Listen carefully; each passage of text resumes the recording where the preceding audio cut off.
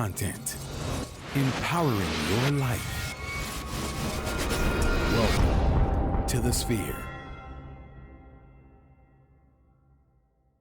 This episode is sponsored by Tidal.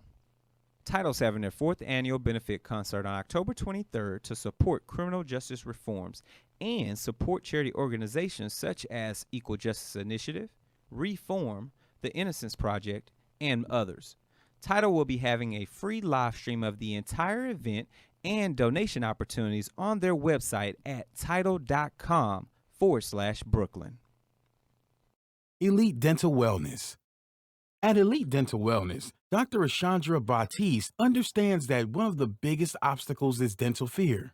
The vision at Elite Dental Wellness is to ensure every patient is treated with respect, ultimate care, patience, and love.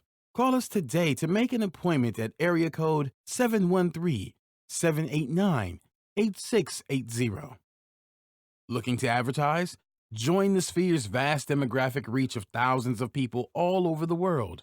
Send an email today to advertise@thesphere.tv or call us at area code 832-772-7789.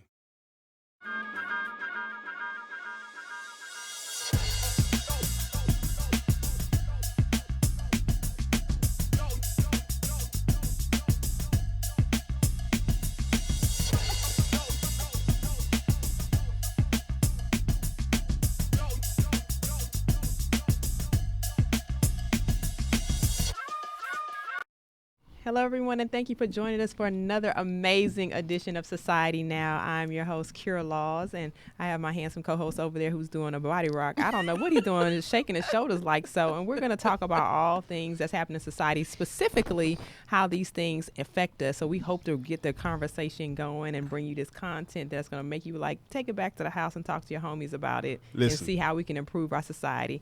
Now, again, you can follow me on Instagram at The Modern Day Cindy. That's Cindy with the I, not a Y. And I have Kaylin in the building. Kaylin Demon Laws, a.k.a. Senor Wapo. Do me a quick favor, okay? Now, go to Twitter. Go to Instagram. Go to Facebook and type in, you ready? SENORGUAPO 713. That's Senor Wapo 713 on all social media outlets. And we have a heavy hitter. We are in baseball season. Go Astros, right? They, we got the heavy hitters, the heavy swingers in the city, but I got one of them. She's not an Astro, but she batting 1,000. She's batting 1,000 for sure, and she's quite intergalactic and quite interstellar. I have my friend, my colleague, my big sister, Dr. Janice Moody. What's up? And the crowd goes wild. Big things. Yeah, I'm excited to be here, y'all. Y'all know I can't wait to get in dig all into this. of. Oh my goodness! Yeah, we got to talk about the tea it. has spilled these past couple of days. We are floating in the tea. I mean, we are floating. Oh I feel like it's the Boston Tea Party because y'all know how that started. Listen, Yeah. Listen, this is what we're walking into all Mm-hmm. over again. I mean, it's nonstop. So the nonstop mess that's happening is a mess in our society. So I don't know if you haven't been following at all what happened yesterday. Big news yesterday. Or matter of fact, we're going to talk about the big news yesterday. let's talk about the big news. So yesterday, unbeknownst to many people, there was a special visitor at the White House.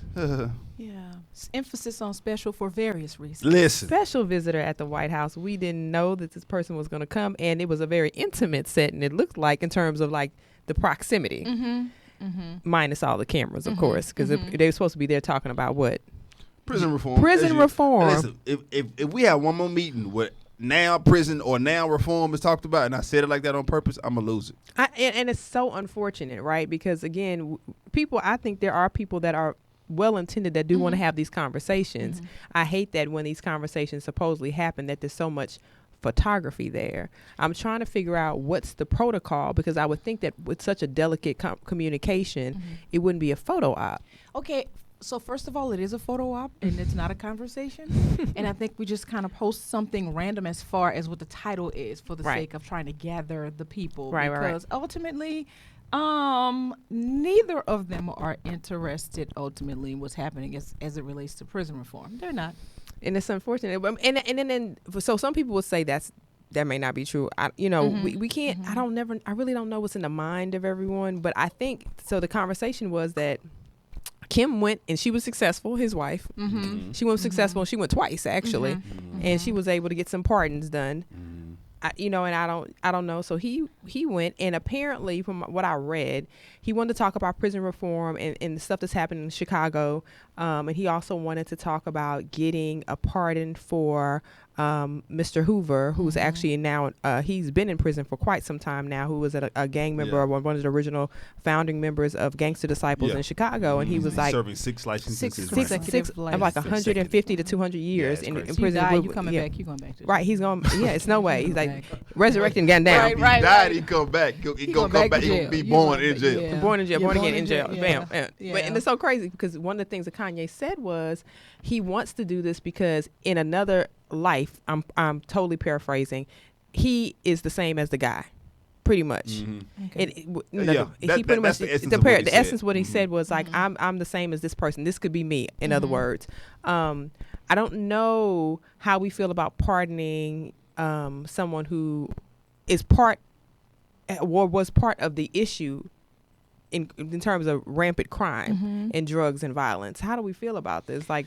I mean, let's start there. Okay, so I'm biting and gripping. First of all, okay, let's acknowledge the instability that Kanye's working with to start with. So it makes sense that most of what he says is probably not going to make sense.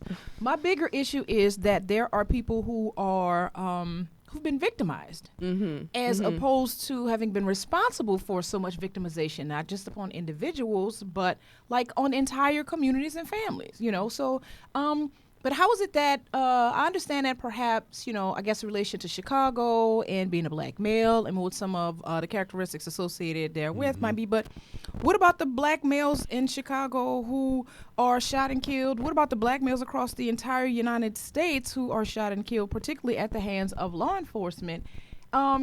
What's the disconnect? How is it that you decide that Larry Hoover is who you feel like you can most connect with and you can advocate for him, as opposed to the other people who are still in a position to be victimized because, I mean, you know, the system has declared that your lives don't matter.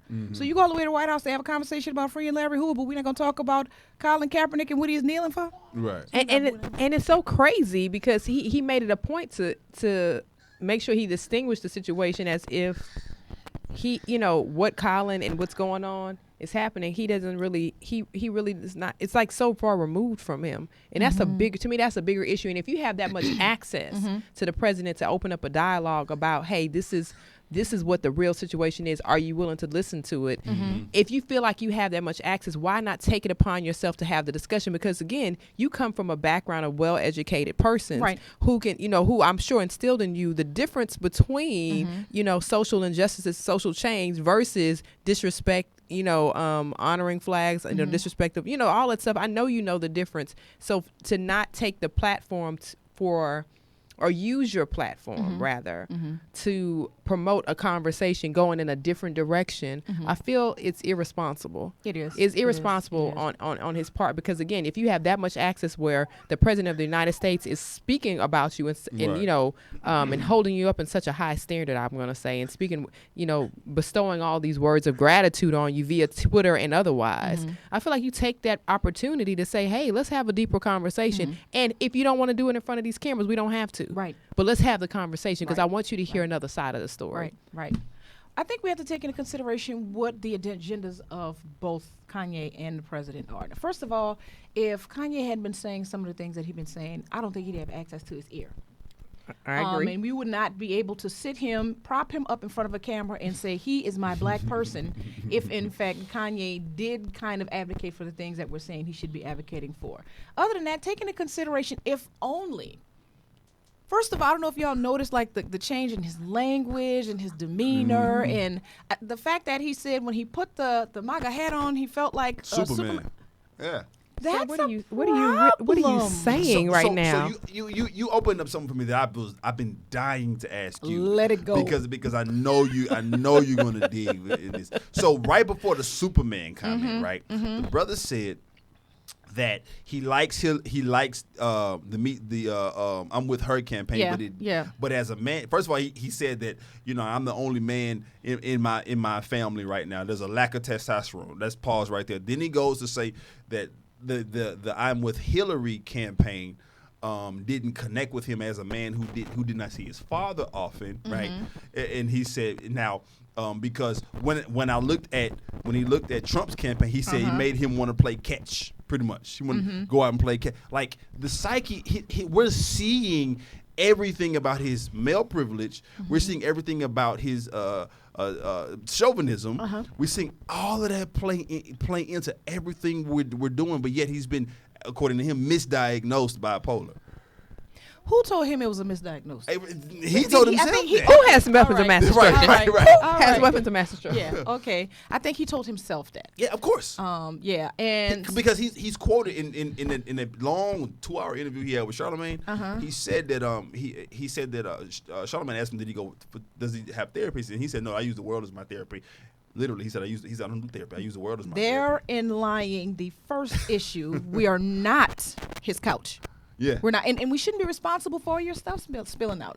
A lot of this stuff, I kind of looked at it, sadly, I looked at it from a clinical perspective for both of them. I'm thinking you have this one person who sits in a position that he sits in because the society we lived in created the perfect storm that allowed for him to be created and maintained. Yeah. And I'm talking about the delusional, narcissistic access to person that you have who is like the leader of the free world right now. But then on the other end, you have Kanye, who you got trauma stuff going on. You have this untreated mental illness stuff going on. There is the male privilege, but there's also the conditional privilege that comes along with celebrity status. Yeah. And I mean, the reality is that he's also in the sunken place. Consider who he's married to. It's a cult. And he actually acknowledges the sunken place thing. And I don't know if he's doing it as a ha-ha, but I'm like, to me, I feel like it's as a wife, I feel like it's disrespectful. Even if you believe there's some truth to that, I'm like, you don't even say that the sunken place thing is a real thing, especially when you're referring to your family, considering we know what that sunken place was supposed to look like, considering that woman was a part of the problem. Yeah. Right. And it's unfortunate because we're talking about a musical genius, right? A musical giant. That's the saddest a musical part. Right. That's the saddest part. Yeah, a musical lowercase G God, right? Yeah. And he's actually a part of a very special sponsor of this portion of the show, and that's Tidal. Tidal in Brooklyn, they're having a phenomenal event coming up. And Tidal, just so you know, as a part of their 4th annual benefit concert, Tidal Brooklyn, they are supporting criminal justice reform. Right. All net proceeds help support charity organizations such as Equal Justice Initiative, Reform, the Innocence Project, and Cut 50. Now, listen to this. 1 in every African American males is incarcerated, compared to just 1 in every 106 white men. Again, 1 in every 15 African American males is incarcerated compared to 1 in every 106 white men. That means 1 in 3 black men can expect to go to prison in their lifetime. More than 22% of those incarcerated or those who are on paper, parole or probation, are stuck in the criminal justice system simply because they cannot afford bail. African-American men receive sentences over 19% longer than white men who commit the same crimes, and over 65% of prisoners serving life without parole for non-violent offenses are African-American. Now, there will be a free live stream of this show on October 23rd. You can find out more, and you can donate to the cause and tune into Tidal.com/Brooklyn. Make sure you check out Tidal because they are a music streaming app that brings artists and fans together with unlimited music and video availability, completely ad-free. They have over 58 million songs and 240,000 videos at your fingertips. Create playlists or try one of ours, hand-curated by music editors and the artists themselves. Check out Tidal Brooklyn. I mean, and then I love what they're doing. I love the fact that this money is going toward a great cause. Like, and it's probably very much in line with what we thought the platform was supposed to be yesterday, which is that prison reform. Yes. You know, we're talking about people of color that are being incarcerated by the fastest rates, higher numbers, and like you said, staying in jail for times because they don't have the bail. So it's really unfortunate. So I'm glad that this, along with other organizations, are raising money or creating this bail funds to get people out. Because when I hear about persons who have been in jail for longer than just a few days for $1. Hashtag Khalif Browder. Yeah. $1, or even what happened in Dallas. Their bail was what, $1, $10. The Dallas 9 a couple of weeks ago, and I'm like, but they missed 2 days of work, but they could have gotten out, but you didn't let them know that they could have gotten out. Like, so you hopefully keeping them in jail for 2 days, hopefully they'll lose their job because they can't go to work. Like, it's that type of sociopathic behavior, and I might be wrong with this, but that I feel like creates the cycle where we feel like we're not. Well, not say we. People of color may not feel like they're welcome because they don't seem like they get the fair shake that others get. Yeah. I mean, it's all systemic, though. It's kind of the setup. So even in terms of, as a matter of fact, don't make me lie about all the specific details. There's been a law passed or something in California. I remember reading it and being so annoyed by it. That was supposed to abolish the cash bail system. But what they did was kind of create... there is an algorithm or something that they utilize to determine whether or not somebody is likely to not show up for court, or whether or not they're likely to be an additional risk to society. And a part of the issue has been that the people who may have had the opportunity to get out on bail, as far as the way the algorithms are kind of figuring it out, it is actually kind of putting people of color at risk for longer incarceration. And it's like, bail or no bail, you're just not going to get out. So I feel like that, to me, that is illegal. To me, I feel like I know in law school we talked about some of these unfair tests, and like what does the test take into consideration, and how do you determine what a person may do if they're out on bail? Like, how does because it's sometimes it's the people of color that are most likely to come because they don't want to be harassed. They don't want the warrant. They don't want, the things that, exasperate the situation, that stresses people out. Like, they're like, okay, I'm more likely to come. I might not have all my money together, but I'm more likely to come and get this bond. And, I just need to get out of jail. Right. Because the longer I'm here, the longer I cannot do what I'm supposed to do. And I think it's unfortunate because I'm really trying to figure out at what point do we start scrutinizing some of these methods, these methodologies, and but what I'm looking at is, even when it comes down to figuring out who are the specific companies that you hired to develop the algorithms, what information, what data did they use to actually develop them? And who are the people who are more sensitive to kind of being, kind of caught in the gaps as a result of what it is that you've described? And is it somebody else who's actually benefiting from whatever it is that you guys are setting up? So, I mean, we have to ask so many questions about so many things. Yeah, and I just think, and it's really unfortunate, and I'm surprised that this is happening in California, because I feel like on one end, California is a very liberal and progressive state, and progressive. Yeah. On the other end, I'm like, but am I surprised because of the makeup of California? Like, it's so it puts you in a situation where kind of like, you just don't know. You know what I mean? And that again is a reason why we all need to be very active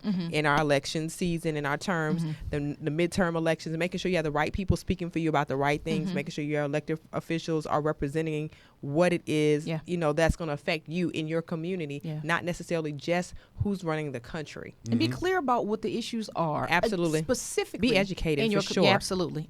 There are a lot of people, most recently, I've never been trolled before, really, but I've been trolled for like the last couple of days, and it's actually been interesting. Just in terms of, and it's been on some, hey, you need to vote. Hey, it's the last day to register. And I'm kind of, I'm behind Beto O'Rourke. because that's enough. Oh no, hashtag that's enough. The hashtag that's enough. That's enough. So I mean, but just for the sake of trying to help people to be more aware of what's happening in your community and understand this is not just a Texas issue. No. If you pay attention to what just happened with regard to the whole Kavanaugh set of circumstances, you've got a whole group of people who have just decided everything is going to be bipartisan, and we're looking out for us. If you don't like it, it's on you. And we got a whole group of people that always holler at us on Facebook, and we want to talk Hey, to our Facebook Facebook people. Live family Hey, and ask y'all. that you subscribe to our show on all the major platforms, including iTunes, SoundCloud, Google Play, and Stitcher. Review our show on iTunes with constructive feedback. Be nice.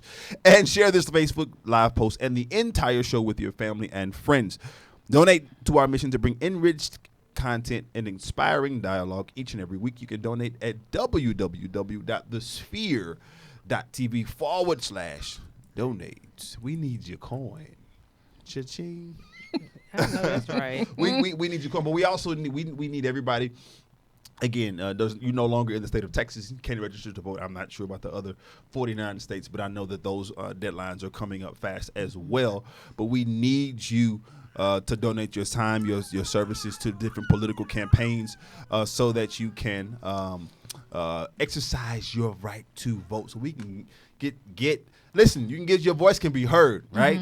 If you're gonna be a part of the solution, then vote. If you're not gonna be a part of the solution, shut up. Shut up. Vote or shut hear up. Oh, and go and check your status. Let me tell y'all this. If our votes didn't matter, if your voice did not make a difference, then there would not be so much effort to suppress it. So go and find out what all of the voter suppression strategies that they have, all of the stuff that's underway to try to keep people from voting. I found out about the whole address change stuff with the Prairie View A&M students and the 53,000 people. How you going to be the Secretary of State and you running for governor? Another conversation in Georgia. But the bottom line is that there are people who actually attempted to register to vote but are not considered active, and they're not going to find out until they get to the poll. Go find out now. Go online. I think it's USA.gov. I did it earlier. But go and you can find out what your status is, and go and talk to your county electoral administration office if you got problems, because your voice needs to be heard. And that's so unfortunate that this is happening. I mean, when you think about, especially when you think about the power in this particular generation, it's very intentional. This particular generation is very vocal, and they're very intentional about wanting to make some changes happen. And regarding what's going on in Prairie View, I think it's an amazing. It's beyond. I know the literary term irony, right? I understand it, but I think it's more than ironic because what happened in Prairie View 20 years ago, when this happened prior to went all the way to the Supreme Court and set a precedent. It allowed, when Kira and I were in college, to use our college addresses to register to vote because we didn't live in our home counties. Right. Neither one of us lived in the county that we were born in and grew up in. So I'm sorry, went to school in those counties. So to be 15, 18, 20 years later dealing with the exact same thing in the exact same place at the exact same institution in the exact same county, it lets you know where we are. And that's backwards. Duh, bass backwards. Bass backwards. Absolutely. And back to this bass backwards brother that's been just really hogging these headlines these past couple of days. When we were developing the show and we didn't even really get a full hard what we call run of show because there's so much content within that meeting, right?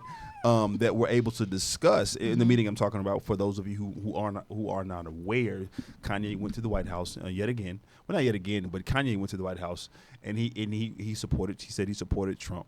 He loves him. He loves him. He literally got said up and hugged the man. So let me ask you this: do we have the right, Dr. Moody? Do we have the right to be upset?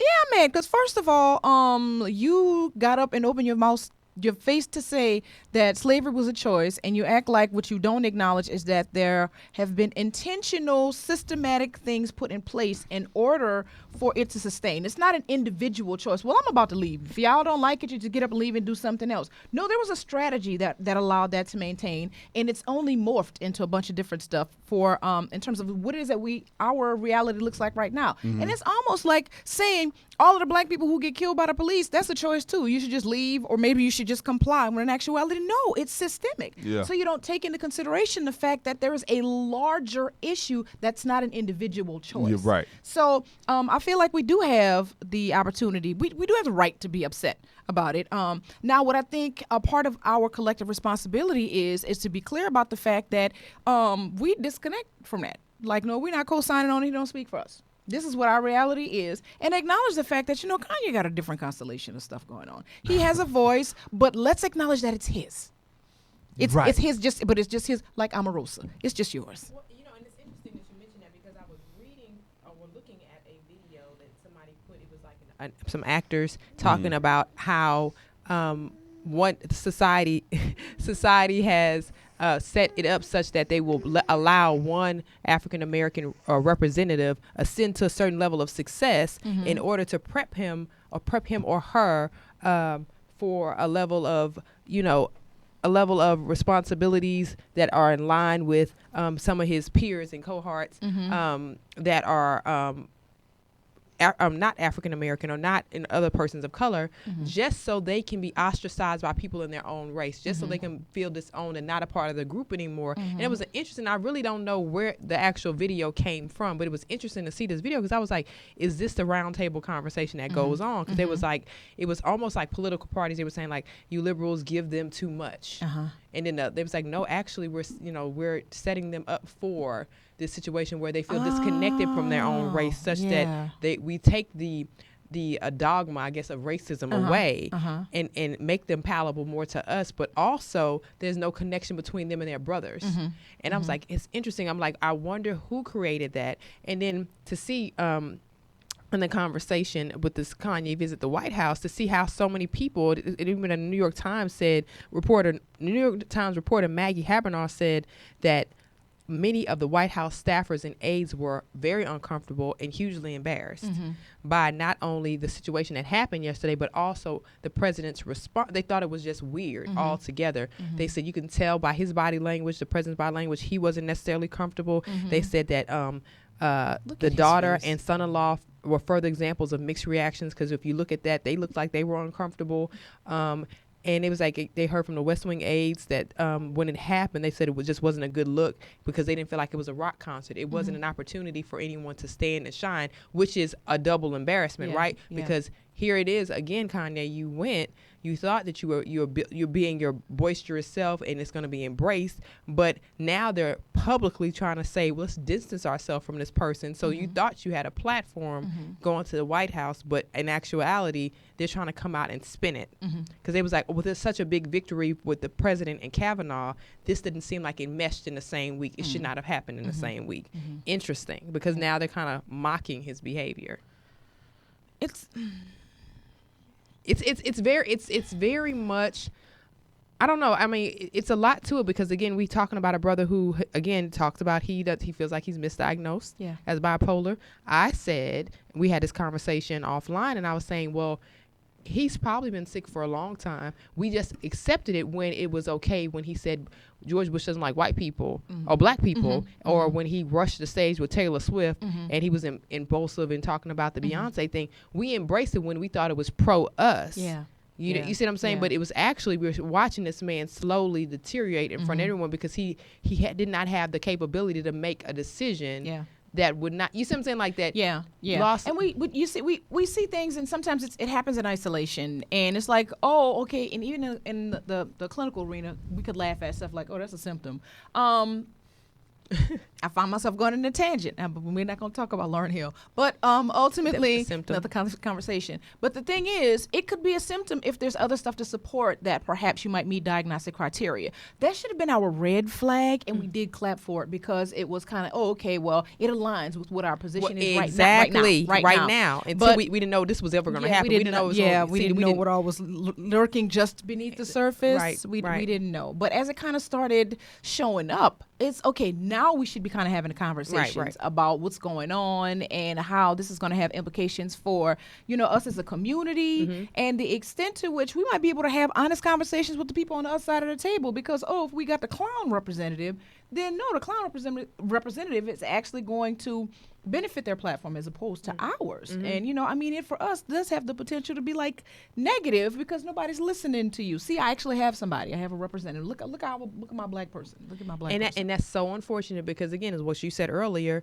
he doesn't speak for everyone. Yeah. It's like, you know, there's a lot of people who are we can't assume that one person is a representative of an entire race. Yeah. The race is so mixed with emotions, with feelings, with experiences, with educational backgrounds, with exposures. We all just do not feel the same about all issues. You know, and it's funny how we just try to make one person the responsible person.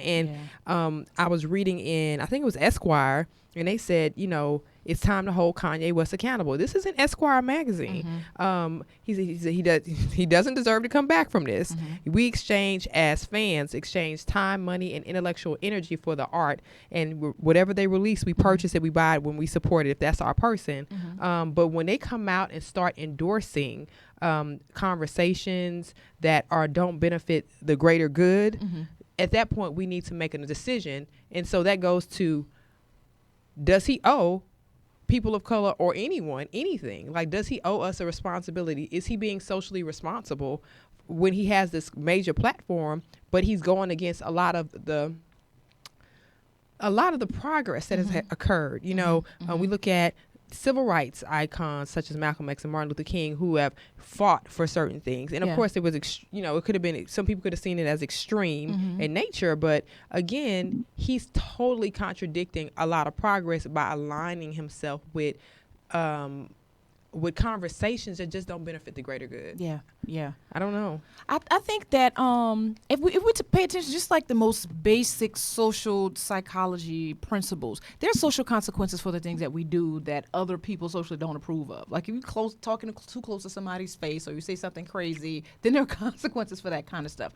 And I think that as a community and people who stand against what Kanye's talking about, then the silencing needs to happen on that particular level. Because if the only pub that you're going to get is on Fox News, and the only people who are going to pay attention and who are going to be talking to you and who are going to be abrasive, whatever it is that you're talking about, are going to be the them folks, then sit with the them folks and let our position and the extent to which we engage him, giving our time and attention, because there's power in just granting attention, period, then let it indicate that you're not a part of this group over here, and we're not going to even passively endorse that. And I think it's a whole lot of that. We need to be holding not only the other people accountable too. I'm an Adidas girl, but I'm thinking, do they still make Yeezys? Because let me get over here and buy me a pair of Jordans. So I mean, because ultimately I understand that their position is more about what the money is, as opposed to the implications for like the communities who are impacted by the things that he's saying. So if we have to kind of make the things that we do stand for whatever it is that we believe in, because we're not in a position right now where you can stand for,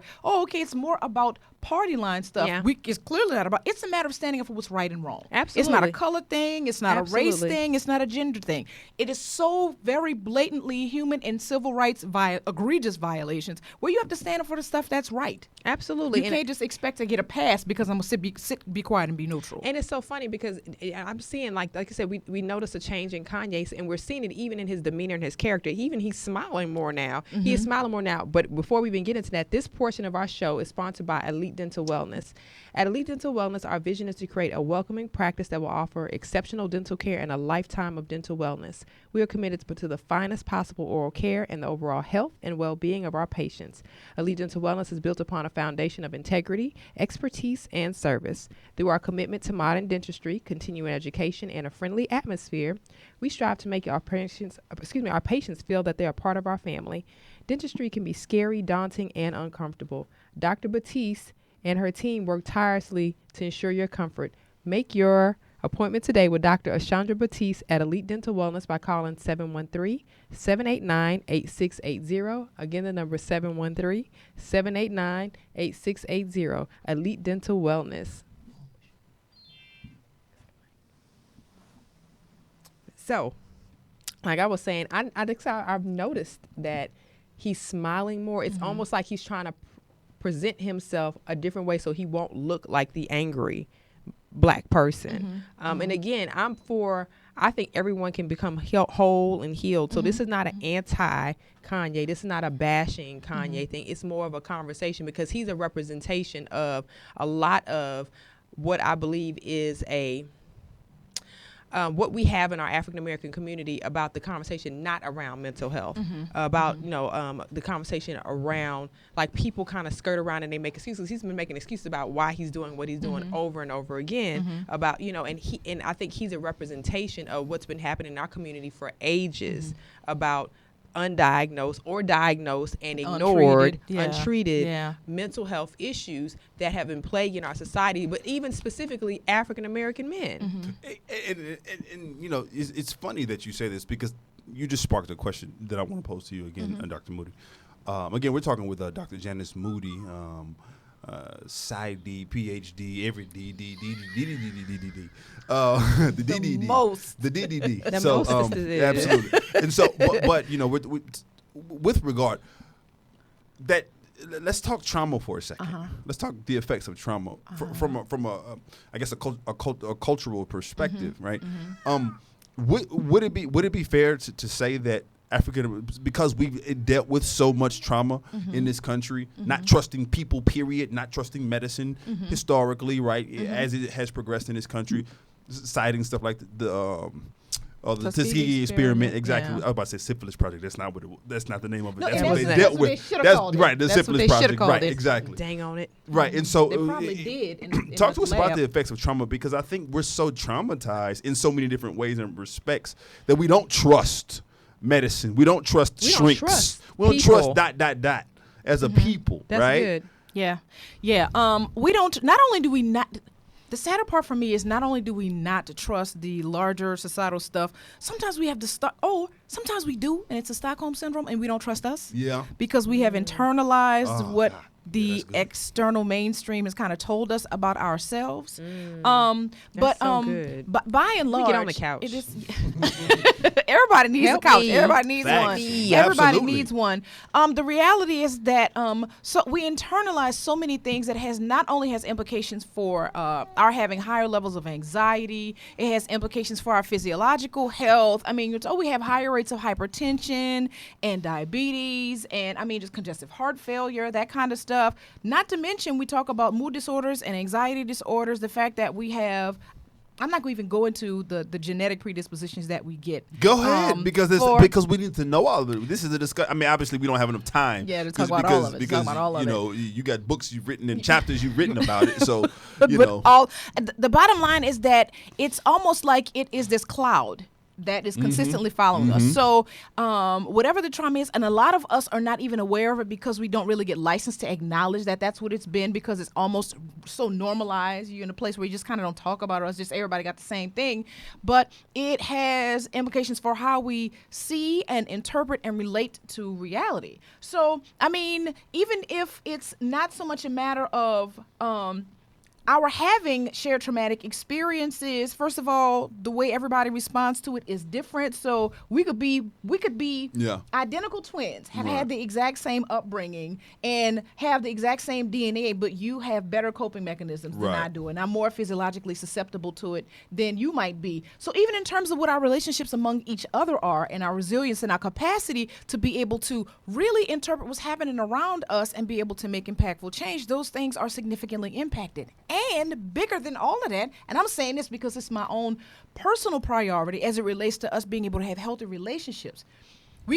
Friendships, we don't trust each other in friendships. Right. We don't trust each other in family. We don't trust each other in intimate relationships. So if we think about the role that our relationship and connectedness had, as far as our being a collectivistic kind of people, just in terms of culture, had in terms of us being able to survive the madness that we've survived over the course of however many 100 years, then if all of that stuff kind of breaks down because you don't trust anybody, but at the same time you're also dealing with these systemic external factors that you're battling with at the same time, how do you survive that stuff and have a decent quality of life? There's some people who manage to do it, but at the same time, what does your reality look like? Are you really dealing with some stuff? Because y'all know we don't talk about it. Right. We don't talk about it. And is it that we are projecting things? Do we really have the capacity to be, what are we giving to our children? Can we rear children who have the capacity to be healthy, or who can have hope for something being better tomorrow? Or do we give them the exact same things that we've been given? So, I mean, and then we want to act, we exist in an environment where the fact that the entire chattel slavery institution experience not only has implications for us, but for the rest of the people who live in the United States. So everybody's kind of swimming around in the effects of it and want to act like it does not happen. And that's the problem for me, because it's absolutely a Black American, an African American, a Negro, whatever of the 6 or 7 names that we've had. But it's a shared experience for this country. It is. It absolutely, and I think that acknowledgement is lacking. Especially when it comes to sensitivity, when we start talking about our leaders, our cultural leaders, and let's just be clear. Kanye is a cultural leader. Yeah. He is who he is. When music touches us in a way, and he's a thinker, and he has some good points at times, but because of his lack of ability to communicate thoroughly, concisely, and completely, it gets lost in all of the crap. Yeah. That shared American experience is not taken into context. No. And so that's why I think we have such a problem in communicating with our the majority. They get the privilege of not having to acknowledge it. And we see it happening, like you said, a shared experience. It's a shared experience, not being able to emote as African American persons. It's a shared experience being privileged enough to ignore what's going on, and it's also a shared experience for some to not necessarily ignore it, but be in a position where they feel like, I don't know what I'm supposed to do because I have never dealt with it on this level. So how do I fix it? And I think we're all in the same, and it's the cycle keeps going. Yeah. Because and what does it take to break the cycle, right? Because the conversation is so much deeper than, well, I'm going to march, or I'm just going to go see a doctor and just talk through the issues. I mean, that's a start, right? But I think it does plague society, and it just plays out in different ways. I think we all have dealt with in this country a huge blow to our psyche, how we process what's happening. And I think as a member of this group, I feel like for whatever reason, I feel like we just had it harder. Because we deal with it on so many ends, and it comes at us in so many ways, at the workplace, in our, like you said, in our personal lives, professional lives, and we have to constantly balance. I mean, who we are 24/7, and your experiences. A friend of mine was just talking. She was like, "Are we privileged because we had an opportunity to work in non-Black environments versus some of our brothers and sisters who have not?" And so we have to come back and talk to them about things you just cannot do. And I was telling her, I was like, it's on us to mentor those who have not had these experiences, because they don't know that you, in this world, you cannot do this, and this, and survive and be taken seriously. Like the mental, you know what I'm saying? Like, we have a checklist of things we have to go through daily to survive. It's a racialized context that we don't get the opportunity to ignore. Other people do. Right. Because you could turn it on, watch what's happening to those people on TV, but at the same time, and turn it off. And then you just kind of get back to, business as usual, as opposed to us. You kind of have to consider what your context brings to the circumstances that you kind of deal with on a day-to-day basis. Absolutely. So, we don't get the luxury of just kind of being able to dismiss it. And the inability to emote. I personally denounce the whole Superwoman thing. Oh yeah. I'm not trying to Kate. I'm not trying to be that Superwoman. No, it takes too much, and it robs you of your humanity. Because it's a responsibility that no one should have to shoulder. Yeah. A burden that no one should have to carry. But to wear that as a badge of honor.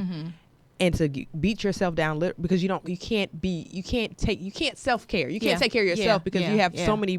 You've been stretched so thin. And then add on top of that who you are as an African American person and what you deal with on top of being a Superwoman. I feel like it's a lot of blows. It is. There's a lot that's been handed down to us based on what the reality was for the people who were generations past. And of course, I mean, when I think about it, just in terms of the differences in how mental illness shows up in different populations, just kind of based on what your social and cultural norms are.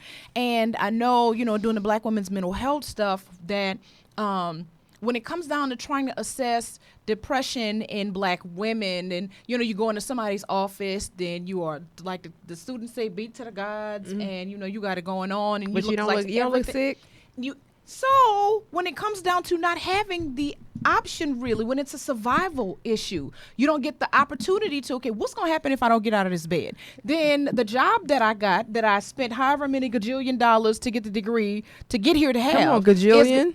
It's a gajillion. You know, It is you a borrow gajillion. but then you're going to pay $500 back for every $5 you borrow. You it's have a gajillion. to, because that's the only way you're going to survive here. It's the only way. But the bottom line is that when it comes down to some of the more generic symptoms or behavioral characteristics that we assess for depression, a lot of people don't get the opportunity to really be able to exhibit those particular. Well, you all right? You get up and go to work every morning. You're able to maintain a job. You're able to do whatever it is that you do to support your family and your friends, but not having a genuine understanding of what the meltdown is looking like on the inside. Listen, I posted yesterday because I was having one of those days that I was like, I just need to post this. And I made a Insta story about that whole check on your strong friend. And one of the things, I literally went through a lot of memes that were created by other people, apparently. And it said, look after your friends, make sure they're okay. Sometimes they're going through things that are really heavy, but they might not say it. Then it's the people who need help sometimes look like a lot like people who don't need help. But when I was going through it, some of your happy friend, your funny friend, your positive friend, the one that always lifts people up. But one of the things that stood out to me, and I thought it was really interesting, they said that black women, and it wasn't worded quite like this. I got it from a black woman's site. It's, oh goodness, I can't go back to it. But it said, we don't choose to be the strong friend. The strong friend is created based upon our circumstance. And that resonated with me so much because a lot of things that break us aren't necessarily the things that will break other people. It might be something as small as, I just wish somebody would just bring me a cup of water.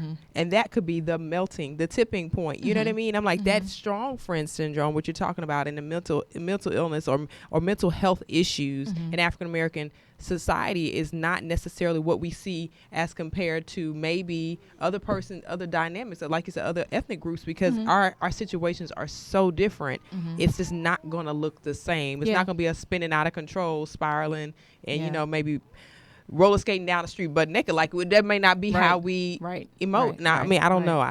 It's a different level of severity. It's a different level of because we don't get licensed to, because we can't come back from it. You know how, especially if you make a tremendous investment, we understand that you're not responsible for just yourself, but you're responsible for all the people that are connected to you. So if you fall off, then everybody else is going to fall off. You don't get a sick day. You don't get a take care of me day. Yeah. So when you have all of that to lose, should you actually start succumbing to what some the more generic behavioral characteristics might look like. So a lot of times it might not be showing up like it might show up for a whole lot of other people who just kind of have room. Oh, you're not feeling well, you need a mental health day, then take a mental health day.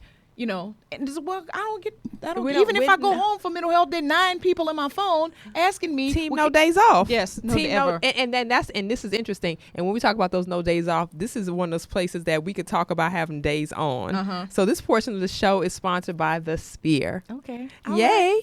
Are you starting your business and looking for a place to advertise? Do you have a need to reach out to thousands of people across the world to build your brand or sell your product? If so, get your product placement and advertising needs handled right here at The Sphere. We offer a wide variety of content delivery platforms, including iTunes, Google Play, SoundCloud, YouTube, and Stitcher. Plus, we have a vast demographic reach within the United States, as well as modern countries across the globe. Our enriched content and inspiring dialogue, coupled with your strategic ad, is surely to hit the mark every time. Call us today at area code 832-772-7789. Or send an email over to advertise@thesphere.tv. Again, the number is 832-772-7789, or email us at advertise@thesphere.tv.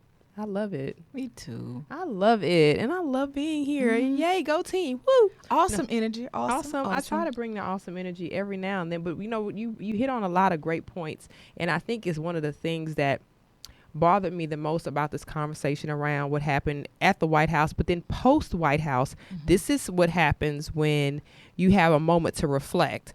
So after Kanye left the White House yesterday, he went to the Apple store in DC, and he went to the Apple store and he got inside. He stood on a table inside of the Apple store and he made his declaration of what he felt like was happening. He went on his rant.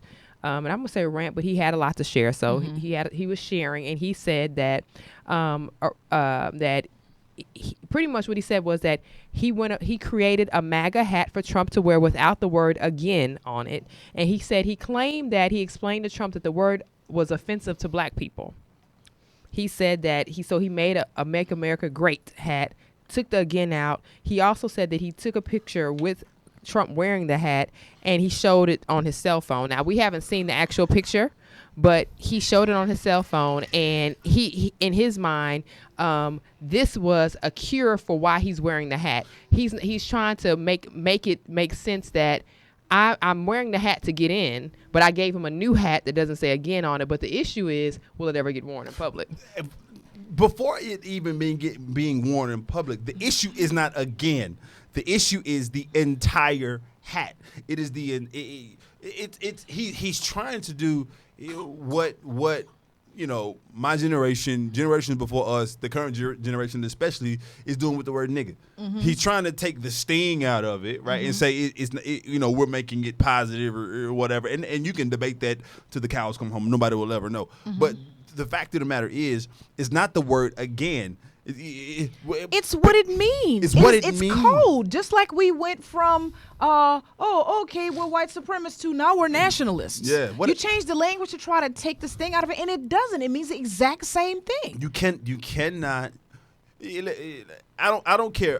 A swastika is a swastika is a swastika, right? Yeah. Regardless of what color it is, regardless of anything. If it's large, if it's small, if it's polka dotted, if it's gray, if it's paisley, it's a swastika. It has the same meaning. It's about the symbolism. It's about the meaning. That's what I'm saying. Coming from those particular, you don't get to change what that meaning is for that particular group of people. Because it's already been espoused, and cemented in the cauldrons of history. And we've already had experiences as a result thereof. So you can't expect us to go back in history and change what the experience was to make it easier for you to sleep at night because you wear the hat. So clinically, let me ask you. Here we go. I love to dig now. Mm-hmm. So clinically, talk to us about narcissism. Oh, okay. How much time do we have? We got a few minutes because that's. Yeah, I'm no psychologist. I'm no psychiatrist. I'm just a skinny dude from Texas that like to read, and I try to put two and two together. And I was a Kanye fan, and I was one of the guys that was guilty of giving him passes until the past 8-10 months or so. I can't take it anymore. And so, is he a narcissist? I think Kanye's issue is bigger. It's bigger than narcissism. Really? Kanye. I mean, if you think about it, okay, the mental illness stuff I think has a whole lot to do with what his thought process looks like. And as far as the bipolar stuff is concerned, I think the bipolar diagnosis, it makes sense out of the outbursts. It makes sense out of the fact that he doesn't kind of think through things. He doesn't think through what the potential implications could be. He has a lot to lose. Yeah. And narcissism, your president is more of a narcissist than Kanye is. But if we consider that, not my president, but okay. Well, no, I was being facetious. Because he's not mine either. He's not mine either. Yeah. I'm just saying. But there are certain characteristics that are associated therewith that I would say he doesn't necessarily have. A lot of Kanye's attention seeking is for validation, and I don't think it's because he necessarily thinks that he's better than everybody else. If you paid attention to the level of attention that he gave to the president, he's seeking to be embraced. He's seeking to be adorned. He's seeking to be validated by not just Donald Trump, but what Donald Trump stands for. So he needs a pops. He's the classic. Told us that. He told us that. He did. Today he did. Told or us yesterday, that. Whenever it was. Yeah. So, but if you think about it, this other narcissism stuff is something that it tends to be created based on a whole lot of the isms that we have. And you find out that a whole lot of people who qualify for that particular access to personality disorder are white and male. If you live in an environment where, and if this society, then we establish the norms for most things based on what's white and male, and anything the more you deviate from whatever these norms are, then the less valuable you are. More deviant and potentially pathological you are. But if you are in an environment, like I said, even with regard to who the president, it's the perfect storm. It makes perfect sense for him to be the president right now. It makes perfect sense for Kavanaugh to be where he is right now. It makes perfect sense for there to be a movement blaming women who've been assaulted for their honesty. Your blouse should be buttoned up higher and your skirt should be longer. If if you have the patriarchy on top of the misogyny, on top of all of the, which I'm not going to go through the entire list, and on top of all of the more Western-centered masculinity ideals, and of course with the hypersexuality going along with that, and power and dominance and things of that nature, and the privilege that comes along with those two demographic variables, white and male, and systems that have historically been set up around that to endorse and authorize that, then come on, that's exactly what you create. Right. That's exactly and it allows for it to be maintained, and people who challenge that are punished. So Dr. Blasey Ford comes up and she says, I'm not really trying to have a conversation with y'all about what happened to me. I just kind of wanted y'all to know that what y'all think is this man's character is kind of not. So you can make an informed decision about whether or not he should have a lifetime appointment on the Supreme Court. Right. How we interpret people's behavior here is based on their demographic variables and the things that we've ascribed to that. Y'all talked about Serena going off, oh my God, she's so unhinged, and it was just such a horrible outburst. But you have somebody sitting, how you sitting in it's an interview for Supreme Court position, going off and telling the Democrats y'all gonna pay for it. Well, that was such a double-edged situation with Serena, because not only did they mock Serena, but this is something that men do in sports all the time. So men are allowed, again, It's that's part that male of it. Yeah, that John gender. McEnroe, just Right, switch around with John right. McEnroe Yeah, real quick. yeah. So male versus female dynamics, and making a woman look like, you saw the caricature that was drew up about her. Absolutely. It was so derogatory, and the guy who drew it said, I absolutely was not trying to mock her. I was just saying her outburst. I wasn't trying to make fun of how she looked. Sir, you went over the top with that drawing. Over the top, made the ref look like he was an innocent, made her look like she was an animal. Yeah. And I was like, and it's unfortunate that is the case. The same thing. We look at the dynamics that go on in our culture, and we wonder, like, again, back to the mental health. How do we balance who we are in a society where having an opinion and or making mistakes are penalized more than your counterparts? Talking about Kavanaugh, or talking about anyone else. I think Harvey Weinstein, we talk about, I don't know what happened with Bill Cosby, but all I know is he was prosecuted, and it was a speedy trial and a speedy punishment process, faster than I think I've ever seen in terms of the second go round. The first go round was kind of slow and low because they could not find a person to stick it to, and it was the statute of limitations had ran. This one was quick, very quick, and it was very swift with it. And I was like, okay, with this, is this something that we're going to have to start thinking about now? Because the way they handled him versus how they're handling everyone else, and at his age, now no excuses, but is it being equitable how we're parsing out this stuff versus putting someone on the Supreme Court as a Supreme Court justice who has persons saying that he was actually abuser. And Kaylin made a mention in a conversation. He was like, it's interesting how these officials get a extra layer of protection before they even see criminality behind it. They get an extra layer of protection in versus Dr. Cosby or anyone else, and they just sped that situation up. There's no extra layer of protection afforded. So what's the difference there? I mean, again, it's the demographics. Right. We need to see you in a different light in order for us to be able to qualify what we determine we want you to do and how we want people to reverence you. The other people, no, you don't necessarily meet this particular criteria in the hierarchy that we've set up. This is what your position is, and so you're going to stay here, and the value that we ascribe to people who are in the same group with you, then you stay there. So the standards are indeed double. And it's the extent to which it insults my intelligence. And I'm thinking, everybody else in here, should you be conscious even? All you have to do is be conscious and available for you to understand that the same thing that's going on over here has completely different set of outcomes for somebody else who doesn't subscribe to the same group memberships. Right. We understand who's in power, so they take care of their own folks. And in essence, you find out, well, you're expendable. You're expendable. And what's interesting is, as far as finding out what being expendable looks like, the white women who have supported you, because they helped, they voted, there was a lot that voted for Trump. And now all of a sudden. Now they feel like he abandoned them and or turned their back. I'm like, well, now I know us to be a very, very loyal group of people. We are loyal to a fault. To a fault. Yeah, to a fault. And sometimes. forgiving. Yeah. Loyal and forgiving. We will forgive because we really want to keep things intact in terms of our families, our situations, our our brothers and sisters. So we'll forgive. We'll turn a blind eye. We'll ignore whoever's doing the bad stuff because we just want to make sure they're okay.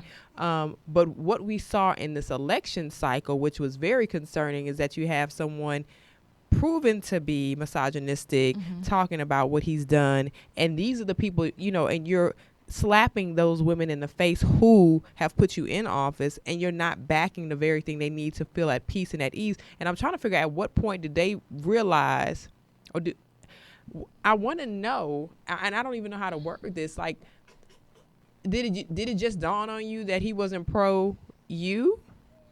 Did you? I mean, what's the loyalty system that's set up? And you made a good point earlier about how the system does cut women both ways, because there's this whole thing about this evangelical situation where, as a woman, you need to make sure you're keeping yourself chaste, and you need to make sure that you're covering yourself up. You need to be modest. You need to be modest and don't arouse. And I read this article, and it was talking about this woman said, I understand why so many white women supported, the president and even Kavanaugh, because they feel like that women that aroused them were the triggers. And in many evangelical systems, the woman is looked at as shouldering the responsibility of taking care of not arousing a male or not turning him on. And I was like, how does that happen? And though I can understand now putting yourself in a set of circumstances that will make you vulnerable. Right, absolutely. However, what you don't do is create accountability for the victim. And I'm saying victim because I'm talking about in the event that something actually happens, right, then it's the person who made the decision to do it that should be held accountable, when in actuality,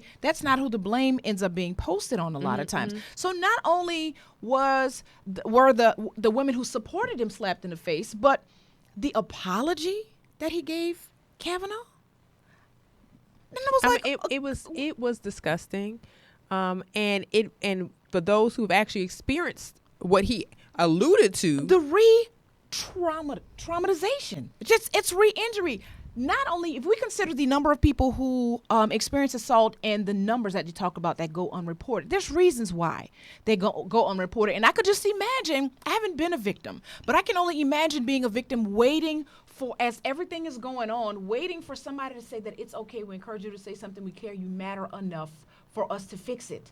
And not only do they say, no, you don't matter enough for us to fix it. No, it's okay. And if it happened to you, it's probably your fault. Go sit down, shut up somewhere. But as a matter of fact, no, you apologize to the uncle who abused you because you caused stress and duress and embarrassment. But it almost like, so what I saw was, after years of watching Law and Order SVU, we saw that thing play out. We actually saw it play out in 2018. Everything that we were told that, at this day and age, we should not be excusing the behavior of fill in the blank. We need to make sure we protect people, and the reasons why women have stayed silent. And and again, because of this, it's going to keep making, it's going to repeat the cycle of more people not saying anything, because nobody wants to feel like they're the reason why, and or go through the embarrassment, because the embarrassment of having to talk about it is can be traumatizing all over again, especially when you don't feel like what you've said or what you have said has fell on deaf ears, and you don't feel like what you have said is it doesn't bring wholeness to you. For some people, I mean, because everybody process is different. For some people, just being able to get it up and out is enough. They can walk away from it. Okay, I'd rather whatever happens to it, it's fine. But play out on a national stage like that was almost like hitting a mute button for everyone else. It's like, so this is what we're dealing with. So no, I don't have a voice. So you just gave a lot more people a reason to continue what they're doing. And then you get a pass. The First Lady said she understood what was going on. She understood she understood the situation. But it was interesting to hear her say, she said, but it would be great if people had proof. And I understood what she was saying. I understand what she's saying. But I don't necessarily know if it was the time to say it right now, because you cannot. There's no way you can actually plan for that.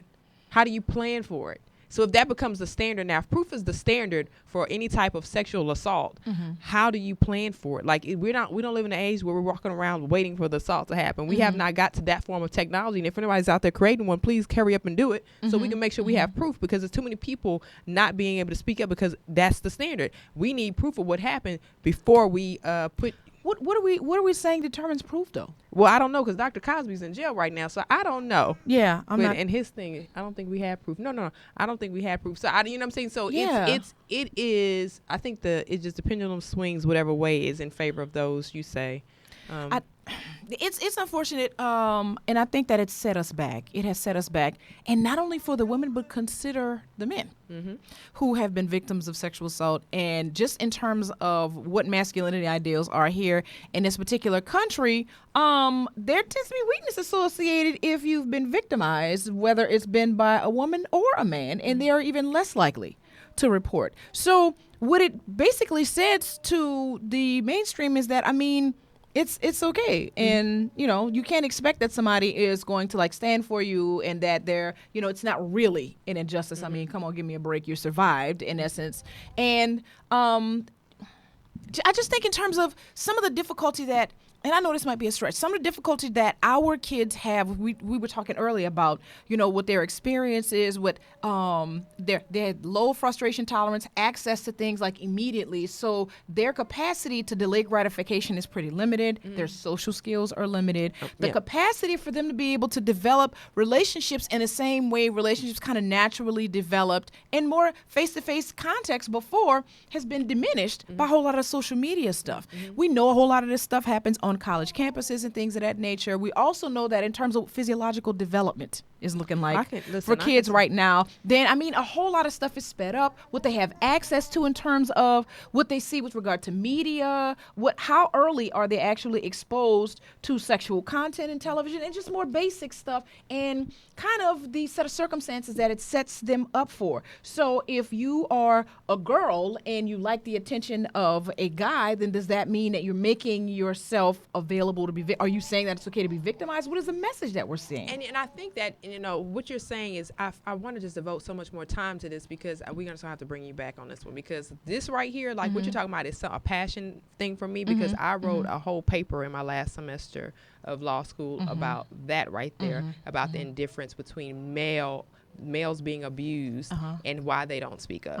And it's just a conversation that we're going to have to get into this. Because our society definitely does not favor male victims. It just doesn't. But to keep you guys hooked, we're going to have this conversation. We're going to continue. We're going to have a part 2 of this conversation, because it is so necessary. There's so many things happening in society. Our society is so layered, and we always want to invite the amazing Dr. Moody on to talk about it. Because we need to have, we're good, but we need people that are authorized and specialized in these and experts in these areas, because there's so many things I don't know. I know what I know, but I don't know. Listen, we're dealing with some stuff. I think our world is suffering from a lot of, I might be saying the wrong thing, hysteria, bipolar, all of that. We've got some deep stuff, and we have some deep layers of stuff. So I want to say, Dr. Moody, how can they find you? What do you want to? I know we have to continue with it. Part 2 of it. All right. You guys can find me at www.drjanismoody.com. That's www.drjanismoody.com. There is a bunch of content that I am getting ready to modify, revise, and put on the website for you guys. I'm looking forward to engaging you. There's a whole lot more activity and events and things that I got going on here in the city. And I'm really, really interested in increasing the opportunities for us to be able to have the conversation to help us to make sense out of what's happening with us and make more informed decisions, so we all have a better experience as far as our citizenship experience here in the United States. I'm looking forward to it. It's so important, and I want people to really jump in on that conversation. And again, my name is Kira Laws, and you can follow me on Instagram at The Modern Day Cindy. That's Cindy with the I, not a Y. And you can also follow me on Twitter at The Official MDC. And I'm Kalen Laws, a.k.a. Senior Wapo. Follow me at Senior Wapo on all social media outlets. That's SENORGUAPO713. This has been a phenomenal conversation. You've been tuned into Society Now, and we'll see you next time. Thanks, y'all.